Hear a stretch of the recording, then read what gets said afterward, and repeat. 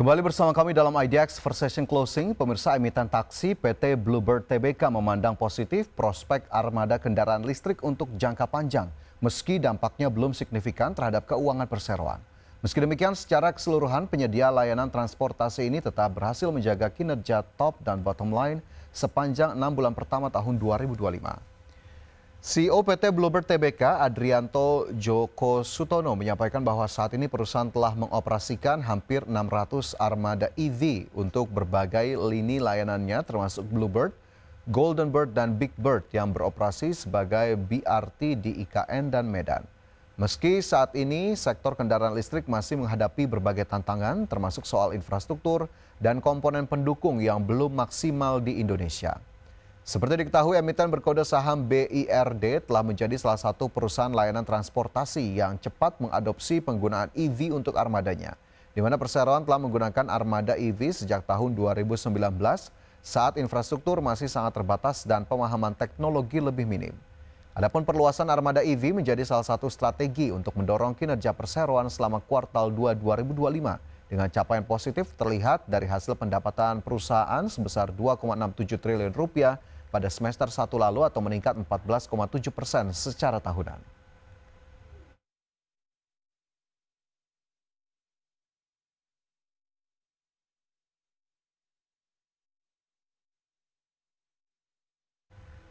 Harga emas kembali bersinar di pasar Indonesia di tengah tantangan ekonomi global. Salah satu produsen perhiasan terbesar PT Harta Dinata Abadi Tbk mencatatkan kinerja laba yang memukau seiring dengan kenaikan harga emas yang menguntungkan bisnis.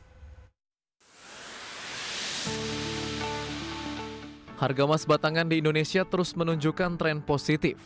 Kenaikan harga ini memberikan optimisme bagi para pelaku industri perhiasan, termasuk Harta Dinata Abadi yang mendapatkan dampak langsung dari pergerakan harga emas global dan domestik. Kenaikan harga emas ini mendorong permintaan investor dan konsumen produk perhiasan emas. PT Harta Dinata Abadi Tbk membukukan laba bersih yang meningkat signifikan berkat penguatan harga emas dan strategi bisnis yang efektif. Laba perusahaan terangkat sejalan dengan kenaikan permintaan perhiasan emas yang mendorong pendapatan dan margin keuntungan HRTA. Kinerja ini menunjukkan daya tahan dan kemampuan adaptasi perusahaan bahkan di tengah fluktuasi pasar komoditas. Harta Dinata Abadi mengoptimalkan pemanfaatan tren kenaikan harga emas melalui inovasi produk dan ekspansi pasar. Perusahaan memperkuat jaringan distribusi dan meningkatkan portofolio produknya agar tetap relevan dengan preferensi konsumen yang berubah-ubah. Pendekatan ini membantu HRTA memperluas pangsa pasar, terutama segmen kelas menengah dan premium di dalam negeri. Berbagai sumber IDX Channel.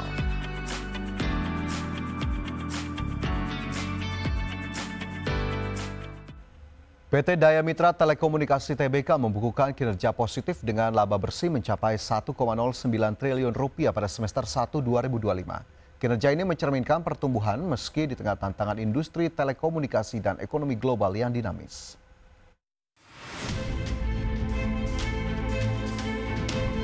Mitratel mencatat pendapatan sebesar 4,59 triliun rupiah hingga Juni 2025, meningkat 2,17% secara tahunan dari 4,49 triliun rupiah pada periode yang sama tahun lalu. Peningkatan ini didorong oleh ekspansi layanan menara telekomunikasi dan peningkatan utilisasi aset yang menjadi sumber utama pendapatan perusahaan.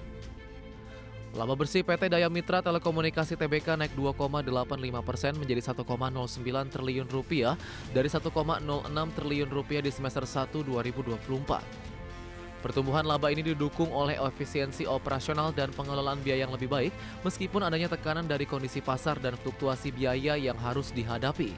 Total aset perusahaan mengalami kenaikan sebesar 3,34% menjadi 60,08 triliun rupiah pada akhir Juni 2025 dengan posisi kas dan setara kas mencapai 2,77 triliun.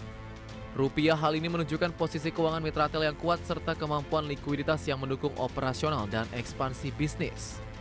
Manajemen Mitratel optimis terus meningkatkan kinerja dengan fokus pada optimalisasi portofolio menara, ekspansi pasar dan peningkatan efisiensi. Dengan perkembangan teknologi dan permintaan layanan telekomunikasi yang terus meningkat, perusahaan berupaya memperkuat posisinya sebagai pemain utama infrastruktur menara di Indonesia.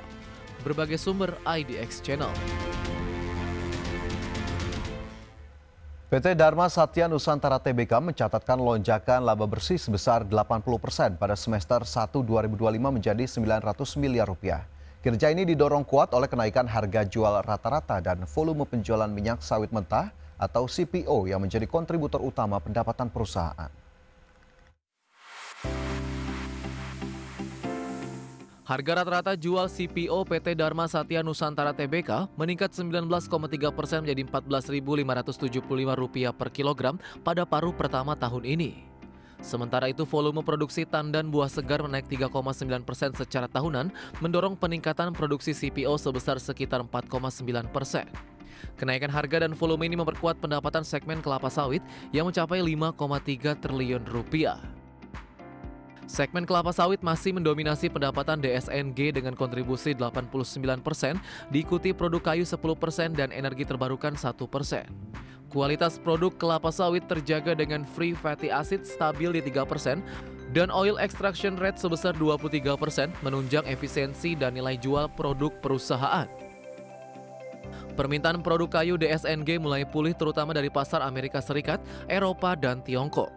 Volume penjualan engineered flooring meningkat 5,2% dengan harga jual rata-rata naik 10,9%.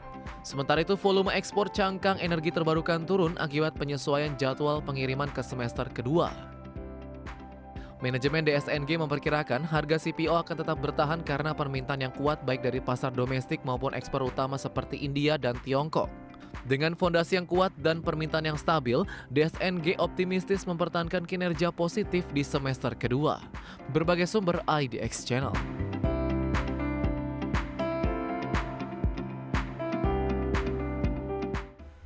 Kita beralih ke indeks harga saham gabungan pemirsa di mana terpantau hingga penutupan perdagangan di sesi pertama perdagangan Kamis, IHSG bergerak ke zona merah dengan mencatatkan pelemahan 0,38% ke level 7.521. Indeks harga saham gabungan bergerak sempat menguat pada perdagangan sesi pertama ke level 7.566 meskipun tidak mampu bertahan di zona penguatan dan justru mengalami pelemahan berangsur-angsur hingga penutupan di sesi pertama, bahkan level terendah di 7.514,5. 372 saham terkoreksi, 260 saham menguat, 324 saham lainnya bergerak stagnan. Nilai transaksi mencapai 8,89 triliun rupiah. Adapun jika kita lihat dalam satu pekan terakhir IHSG terkoreksi 0,13%. Dan kita lihat sejumlah data dari perdagangan sesi pertama saham-saham yang masuk dalam kategori top gainers. Di antaranya ada saham Unilever Indonesia yang menguat 10,46% ke level 1.690 di tengah pelemahan indeks harga saham gabungan. BRPT naik 3,83% ke level 2.710. Kemudian ada Bufa naik 27,84% ke Rp248. Dewa naik 1,72% ke 236. Sementara dari top losers ada saham seperti BBCA yang turun 1,19% ke 8.275. Saham Wifi turun 1,38% ke 2.850. Antam turun 4,68% ke 2.850. Dan BRMS terkoreksi 2,64% ke Rp442. Sementara dari pergerakan sektoral, konsumsi non-primer masih terpantau menguat 0,85%, konsumsi primer menguat 0,55%, infrastruktur turun 1,59% dan barang baku melemah 1,35%.